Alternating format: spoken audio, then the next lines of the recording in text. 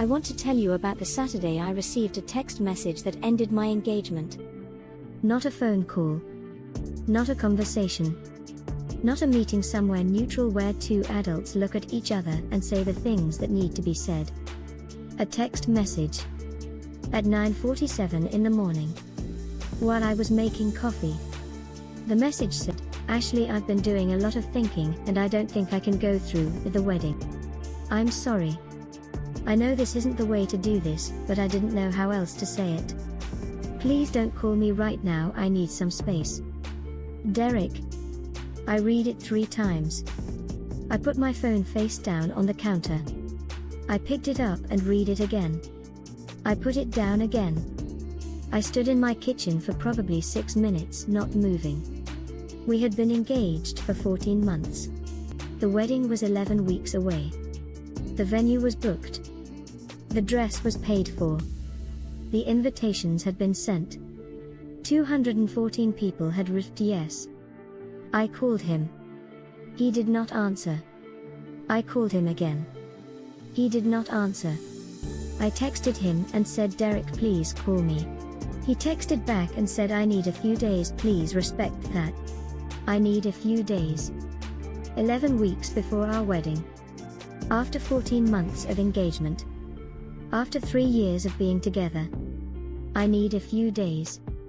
I sat down on the kitchen floor. Not dramatically. I sat down because my legs felt strange and the floor was there. I stayed on the floor for a while. I called my best friend. She came over within 20 minutes. She sat on the floor with me. She did not say it was going to be okay because she is a good friend and good friends do not say things they cannot guarantee. She sat on the floor and she handed me coffee, and she said, "What do you need right now?" I said I did not know. She said that was okay. 3 days passed. Derek did not call. Derek did not text except once on the second day to say he was still processing, and he appreciated my patience. I had not expressed patience.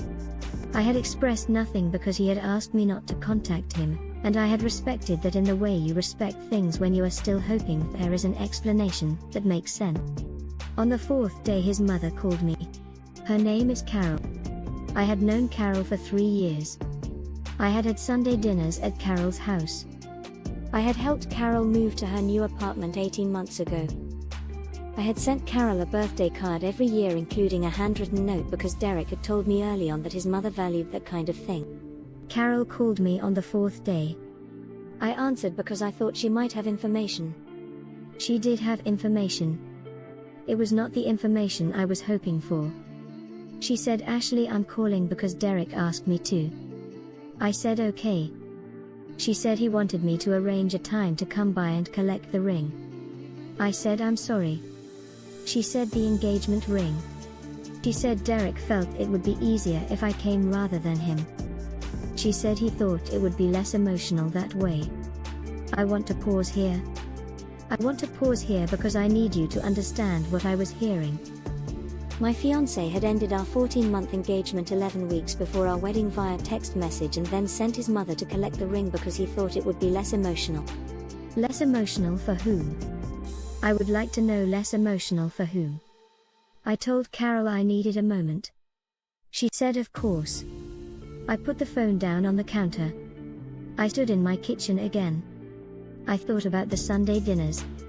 I thought about the birthday cards with the handwritten notes. I thought about helping her carry boxes up 3 flights of stairs while I was 8 months into knowing her son and trying to make a good impression. I thought about the fact that she had agreed to come.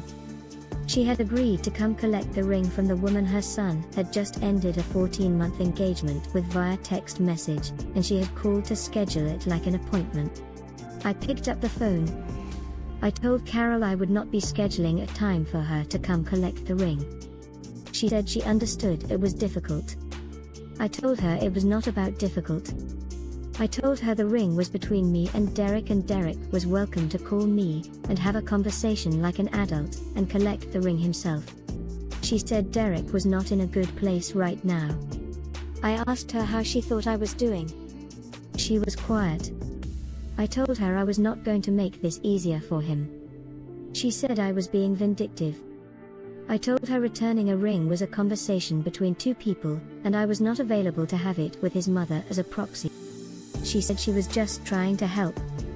I told her helping Derek avoid accountability was not the same as helping. She said she was sorry I was hurting. I said, "Thank you, Carol." I hung up. Derek called me that evening. His first call in 4 days. He said his mother told him I was upset. I told him I was not upset about the ring collection. I told him I was upset that he had ended a 14-month engagement 11 weeks before our wedding in a text message and then spent 4 days in silence and then sent his mother to collect evidence of his commitment rather than calling me himself. He said he had been scared. I asked him what he had been scared of. He said my reaction. I told him my reaction was going to happen regardless, and the question was whether I deserved to have it directed at the person who had made the decision or at his mother who had been sent to collect jewelry.